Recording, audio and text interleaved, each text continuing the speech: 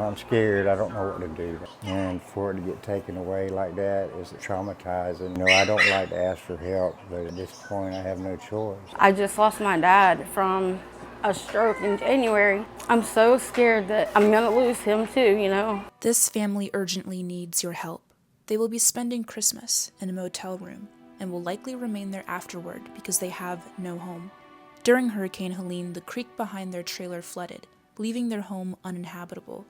FEMA has warned them that if they return to their dwelling, it will be condemned and their children could be taken away. Currently, they've sought shelter in this motel, but their FEMA vouchers are set to expire on January 2nd. The family hopes to transition to living in a camper, but they need assistance to make that possible. Please watch this video to hear their story and learn how you can support them during this challenging time.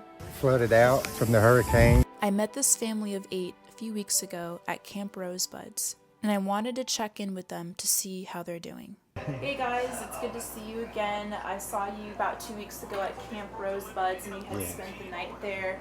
Can you tell us a little bit about what's happened in the past 2 weeks? And I see you guys got a cozy room here at a motel. Is FEMA giving you any vouchers, or are you paying out of pocket for this? Well, at first we was paying out of pocket, and then the lady that comes and brings us things, you know, in the morning times, Housekeeper. let us know to go to the front and fill out paperwork, and FEMA would cover it till I believe the 3rd of January, and that's how we got that part taken care of. Our home, we had an inspector go out there and look at it, and he said that if we stayed in it, then they would have to condemn it. And I don't believe it's rebuildable, you know, because all the sheetrock inside, it's all wet and everything is ruined. And, you know, I'm trying to provide for my family. And Yeah, how many people do you have in your family? there's 8 of us that I'm taking care of, that I'm responsible for. Yeah. And I've never asked anybody for anything. You know, I've always worked hard. I was in the Navy, and it's hard asking for something, you know. Yeah, I completely understand. This is very unexpected. Yeah, and there was is. a creek behind your house. That's what. And a big pond. Yeah, we used to keep the pond full with the creek. We'd have a pump up in the pond full with the creek water, and when the storm came, it just flooded, you know, everything. So a camper would be suitable for you guys in the meantime, right? That's what you guys are looking to Yes, get, a camper. Yeah, just something so I could get back on our feet. Yeah. Because I had heart trouble last year. On Christmas, I had a heart attack, and they had to put stents in my legs. How long ago was that? In June. Because they was 97% stopped up, the blood flow going to my legs.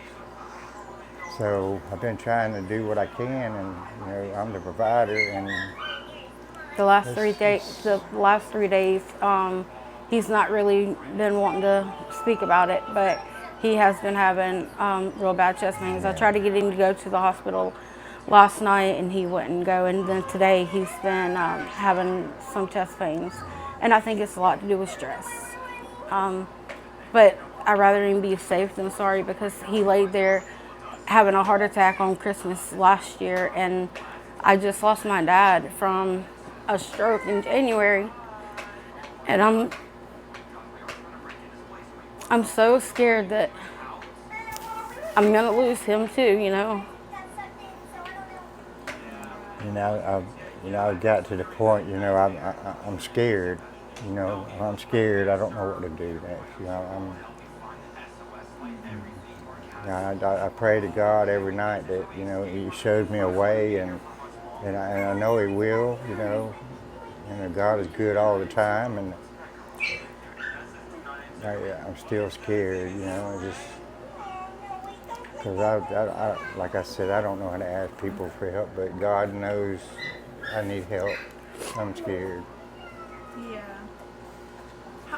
And are these the 2 kids that you share together? Yes. Hunter And Hudson. Hudson. Tell Olivia hi. How long have you guys been together? How how'd you guys meet? Well, my aunt bought some property in Waterloo, and I come up here from Florida to help her out with it because she was by herself and she was elderly. And That was in I met her at church. She went to church right 2003. across the street from it. 2003, you guys have been together? Yeah. Well, and, we met each other. Yeah. At the church across the street from my aunt's, and I decided to stay up here, and I've been here ever since. So in 2004, after knowing each other, you know, I was pregnant with my first daughter, and her biological father and I wasn't no longer gonna work out, and I was in a real tight spot, and he had just came back from visiting his mom and stuff in Florida, and we hadn't spoke or anything in probably about a year. So his cousin called. His cousin was dating my aunt, and she was like, "Hey," he said, "Hi, Rick's back. He'll be back tonight, and do y'all want to hang out?" And so my aunt and I was like, "Yeah, just call us." So I thought that he was just kidding, you know, because, or, you know, that it wasn't going to happen. So when he did call, it was like 2:30 in the morning, and we got up and ran over there and picked him up, and we've been together ever since. Yeah. So. Oh, you mentioned something about a murder that happened in this hotel? Yeah, just the other day. I think it was the day before yesterday. Yes. Upstairs there, right through the stairwell, right upstairs. Well, the actual murder had happened in a town called Gray Court, which isn't far from here. And then the guy had came here to the hotel, and he was staying over on the other side. Well, we have another room, but it is on the other side, and that's where the older teenagers are staying, or was staying. So ever since then, they've been scared. They've been scared, and so I have 2 of the teenagers sleeping in the bed with me. The 2 boys are sleeping in the bed with him, and then the other 2 are over there on the couch. So we have, excuse me. So we have a hard time, but you know, because that was very scary. They found how it happened is, I guess the guy had kept calling the office or calling 911, one or the two. Anyway, however it happened, the lady went upstairs to go find out what was going on, why the 911 kept calling, or vice versa. And so when she realized it was the guy that was wanted for murder, then that's when she had called and told them. And so they came out here. He did surrender with no incident, but my daughter has, you know, some mental health issues and things like that. She's the one that was staying over there. And so things like that can cause her to have a manic episode. And ever since that, her and Dorian have been sleeping in the bed right here beside me. And we can't let our children go outside and play. You know, as much as we do, we walk the dog around here, but as far as that's it. And our kids they like to play outside, and they're stuck in this room. And they both have ADHD. They both are prescribed medication, but his medication that he was prescribed had him not very well. He just sat and was really like a zombie. And then Hunter, on the other hand, he just refuses his. So he just don't like to take the medicine. So. And do you homeschool them, I think you mentioned? Yes, but I will say that it is a public school online. So he does have a teacher on the computer.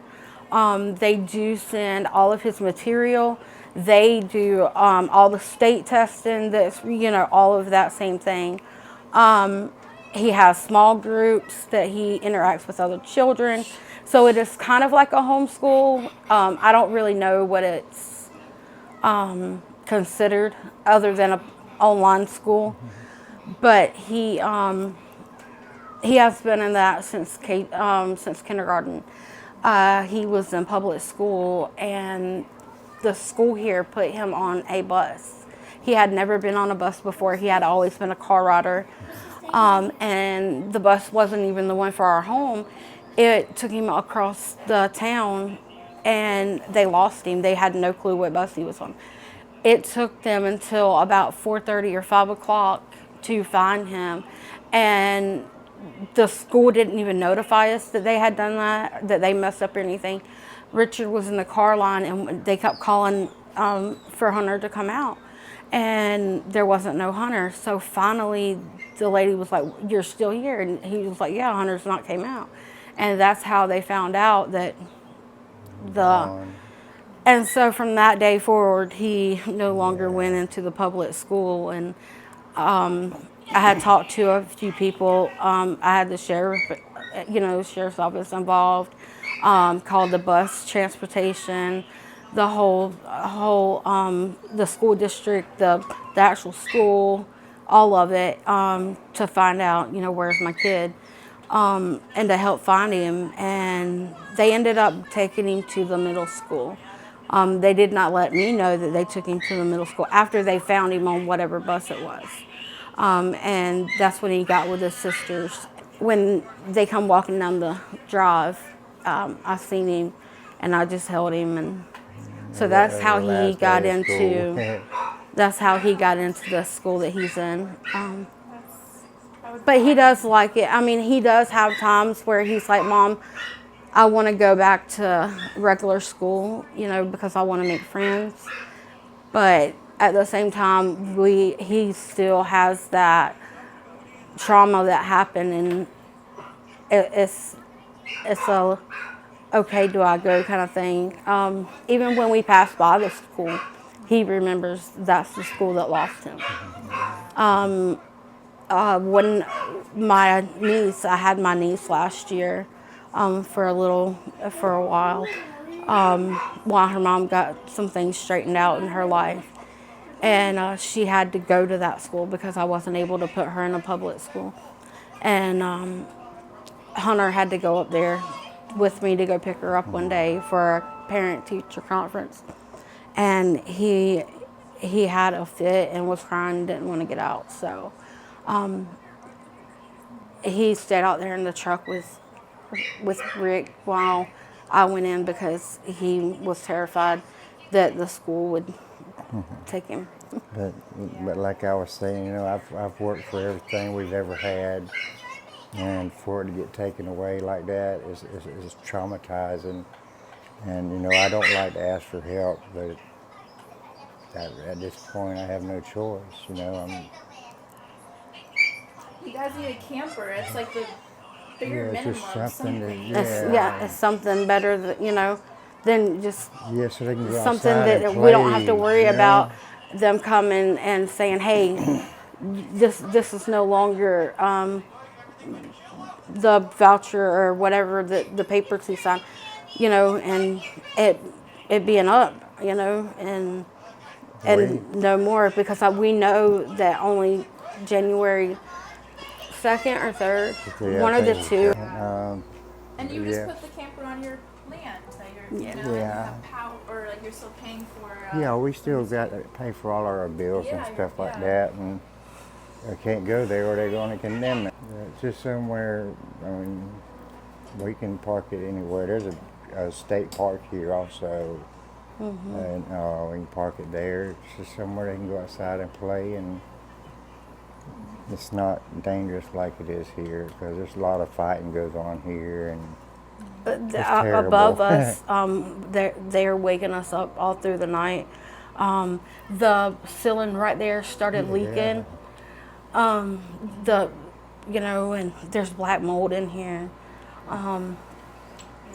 So and they fight constantly around here, and the police is constantly out here. Yeah. God knows we need help. God knows. Hopefully from this video, someone will reach out to you guys that has a camper, they want to donate or know someone. I feel like there has to be, and I'll keep looking. And I even know people that have land where they're letting people stay with campers.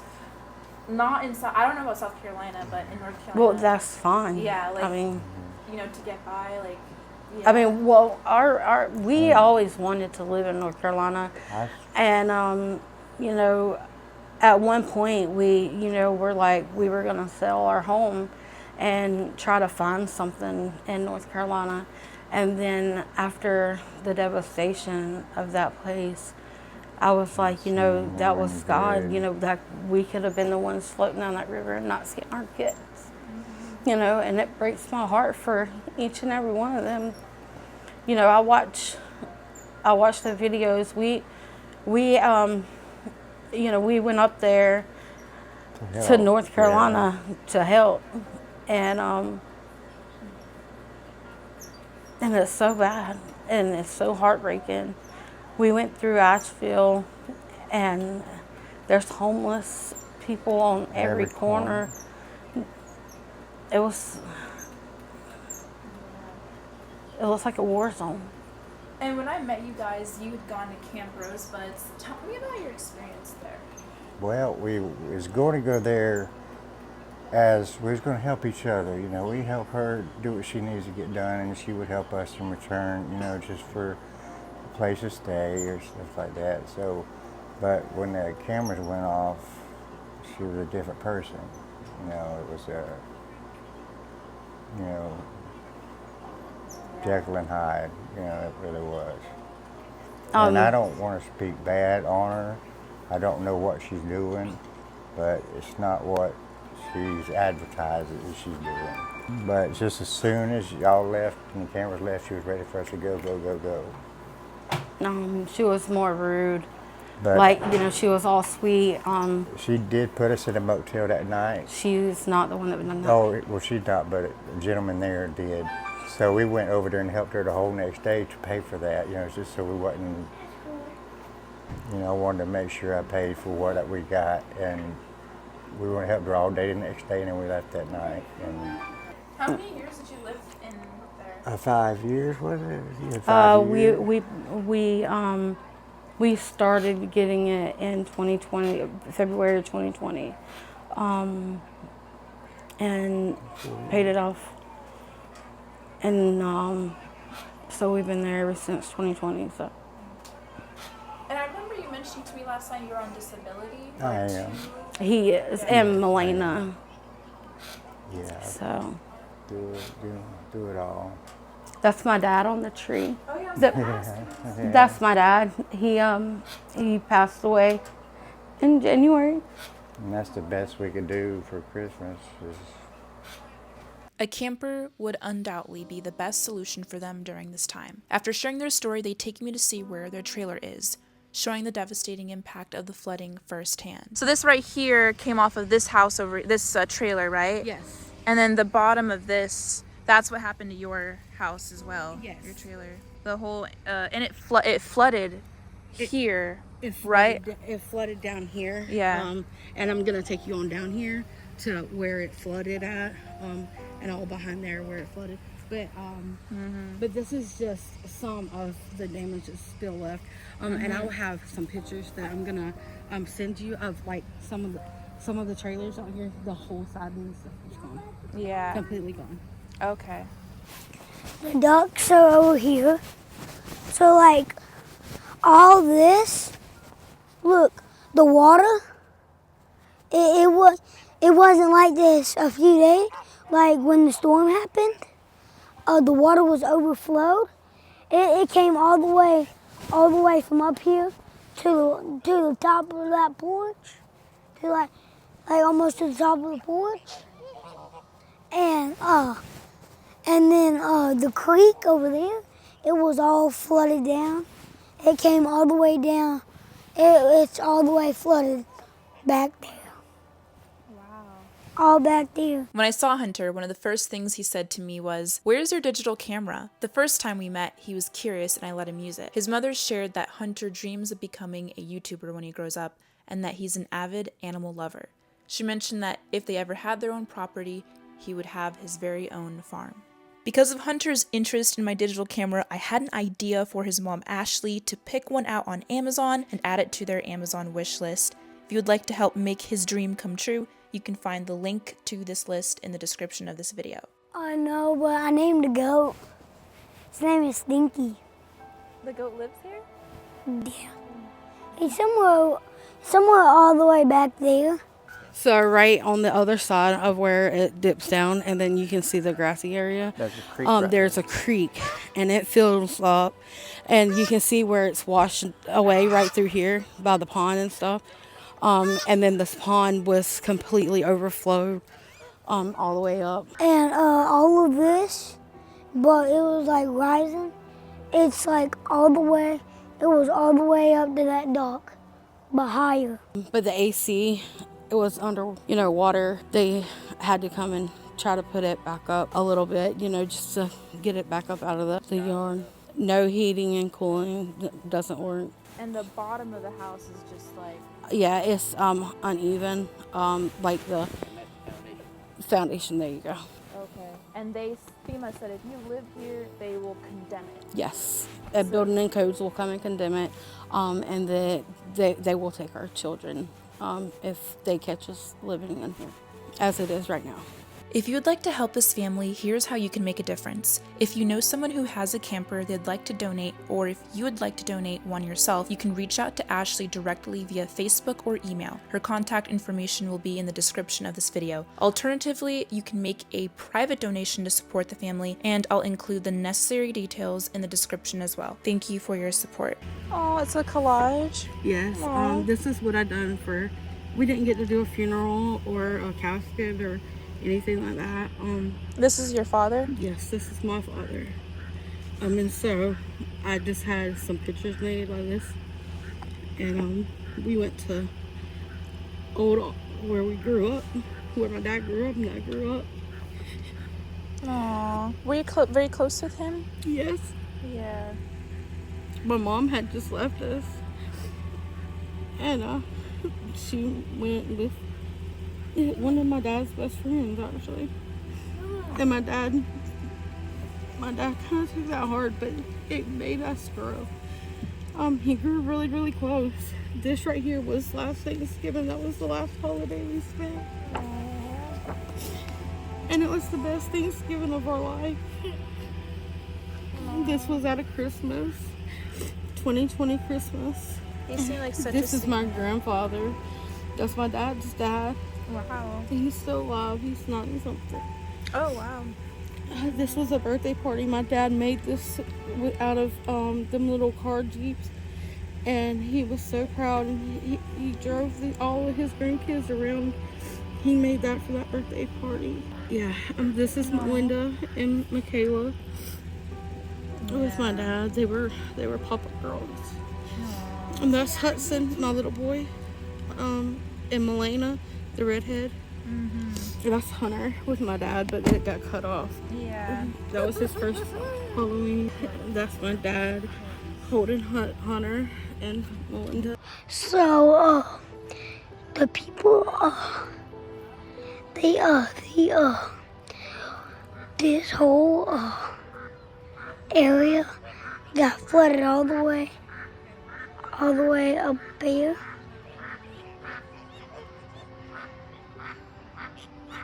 So this whole thing, the creek flooded, it overflowed, all of it.